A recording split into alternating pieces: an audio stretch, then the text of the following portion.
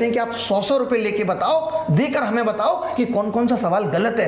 Pre के अंदर उसके पैसे भी बच्चे देते 100 रुपए लेते हैं ये। सोचिए 19 सवाल गलत, उसके बाद पैसे देने के बाद भी क्या हुआ, गलतियां भी कैसी थी आपको बताता हूं। आप ऐसे समझिए कि who is the founder of Lallan top, जवाब है सौरभ द्विवेदी, दुनिया जानती है। अब फाउंडर की स्पेलिंग में FOUNDAR हो जाता है, मुझे फर्क नहीं पड़ेगा, मैं जानता हूं जी इसका आंसर है सौरभ द्विवेदी। एक बच्चा जिसको ये पता ही नहीं है तो वो नहीं लगा पाएगा इसका आंसर। इन्होंने क्या किया, उसका मार्क्स टू ऑल कर दिया, सबको दे दिए 3-3 नंबर, क्योंकि फाउंडर की स्पेलिंग गलत है। तो यानी जिस बच्चे को आता था वो सवाल, वो तो बराबर आ गया जिसको नहीं आता था उसके। इस तरीके से 19 सवालों में मार्क्स टू ऑल दिया इन्होंने।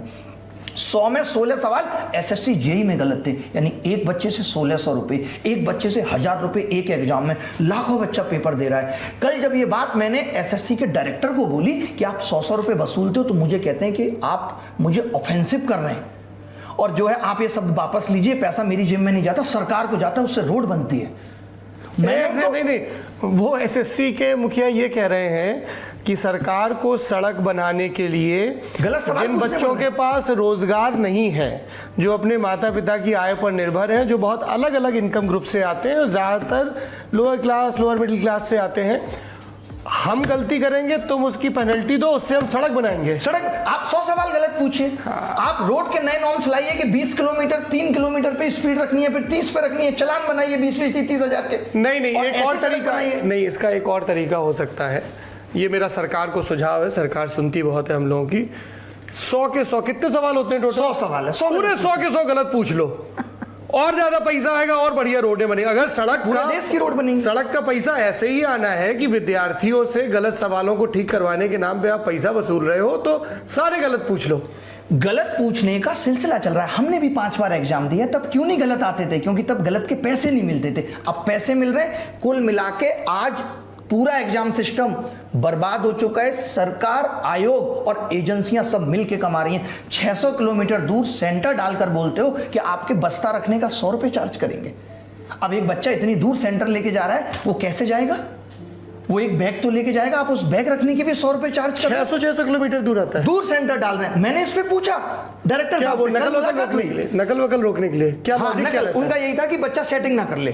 तो मैंने कहा डायरेक्टर साहब इतनी दूर, लेकिन फिर भी तो कहते हैं कि जो है हम तो अपने जमाने में जर्नल में धक्का खा के जाते थे, इसमें क्या दिक्कत है? यानी ये लोग दिक्कत को दिक्कत नहीं समझ रहे। SSC फेज में 55,000 बच्चे वो कह रहे थे इफेक्टेड हैं, तो बोले इतने बच्चों में 55,000 इतनी बड़ी बात नहीं है। यानी अब गलतियां करना जब उतनी बड़ी बात रही नहीं है, क्योंकि कोई अकाउंटेबिलिटी, जवाबदेही सरकार इनसे मांगती ही नहीं है। कौन थे ये डायरेक्टर साहब जो सड़क बनवा रहे थे इन पैसों से? ये चेयरमैन साहब के ही थे, क्योंकि कहकर तो यही बुलाया गया था कि चेयरमैन साहब बोलेंगे, बात करेंगे, लेकिन उन्होंने बात की। तो नाम बताना है उनका? जी बिल्कुल, अभिषेक। हाँ बिल्कुल, लल्लन टॉप पे नाम लेके बात होती है। बिल्कुल, अभिषेक थे, और उन्होंने बड़े ये सब बातें इतने प्यार से। आपको एक और कमाल की बात बताता हूँ जी। 24 तारीख को पेपर हुआ और 25 को हुआ। 25 में 70% सवाल रिपीट हो गए एग्जाम के अंदर, 24 वाले ही आ गए। हमने इस पे सवाल किया तो भाई साहब कह रहने लगे, बोले आपको पता है आप इसे गलत क्यों मान रहे हैं? जिस बच्चे ने 24 का पेपर देखा होगा उसने सोचा होगा ये तो आएगा ही नहीं। हमने वही पूछ लिया, सरप्राइज हो गया ना।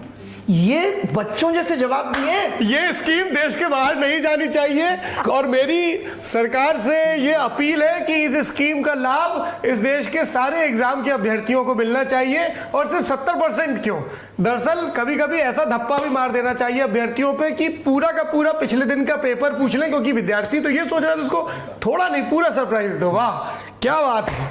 वही मैंने पूछा, CPO का रिजल्ट नहीं आ रहा, तो मुझे इतनी तेज से बोलते हैं ये पड़ा है लैपटॉप, ले जाइए उठा के रिजल्ट ऐसे उठाए जाते हैं। CPO मतलब ये जो हमारी सेंट्रल पुलिस 2 साल हो गया है, 2 साल हो गया है, अभी तक रिजल्ट जारी नहीं कर पा रही है सरकार। रेलवे में इन लोगों ने 500-500 रुपए लेके बच्चों से फॉर्म भरा लिया, बोला 400 वापस करेंगे। 4 साल तक करोड़ों बच्चों का 400 रुपए दबा के बैठे रहे। यानी एग्जाम से लौटाया कि नहीं लौटाया? नहीं, उसके बाद बहुत बच्चों का लौटा और बहुतों का नहीं भी लौटा।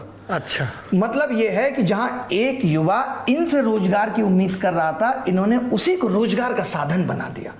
तभी तो ये सुधार नहीं करना चाहते। आज अगर एडिक्यूटी में इतनी प्रॉब्लम है, एडिक्यूटी एक ऐसा वेंडर है जो ब्लैक लिस्ट भी हो चुका है। आपने किन पैरामीटर ऑडिटर्स पे बिना ऑडिट किए हुए उस कंपनी को क्यों फाइनल कर दिया जो पहले वाली कंपनी से आधे पैसे पे एग्जाम करा रही थी। देश के युवा के साथ आप मजाक करना चाहते हैं, आपको नौकरी देनी नहीं है, आपको उसको उस प्रोसेस में उलझाए रखना है। नहीं देनी तो भर्तियां मत निकालो, कह दो कि नहीं है, पर निकालो तो कम से कम उसको पूरा करो ना, और फेयर तरीके से पूरा करो। और जवाबदेही जब तक नहीं निर्धारित होगी, चेयरमैन साहब हमसे क्यों नहीं मिले? बुलाया गया चेयरमैन, क्योंकि वो 2 बार मिल चुके थे, वो आंखें नहीं मिला सकते थे, उनको पता था जो 2 बार वादे किए ठीक से वही पूरे नहीं हो पाए। चेयरमैन साहब के शब्द हैं कि हाँ मैं मानता हूं 2024 में बच्चों के साथ अन्याय हुआ है, लेकिन क्या कर सकते हैं। ये लोग कहते हैं ये चीजें पहले से होती रही हैं, यानी एक चोर को जब पकड़ा जाए तो वो पुलिस से ये कह के आज छूट सकता है कि मैं तो 3 साल से चोरी कर रहा था, तब तो आपने कुछ नहीं कहा। क्या कर सकते हैं। वाह, इतना खराब सिस्टम है। और इस पे आवाज उठा लीजिए तो आप लाठी उठा लेते हैं हमारे ऊपर। ये लोकतांत्रिक देश है। आज भी हमें ये कह के डरा जाता है क्या मतलब पड़ा है तुम्हें, क्यों बता रहे हो। ये डराने के तरीके हैं। अगर आप डरते रहेंगे तो आगे आने वाली पीढ़ी आपसे सवाल पूछेगी कि जब इतना गलत हो रहा था तो तुम मूक बने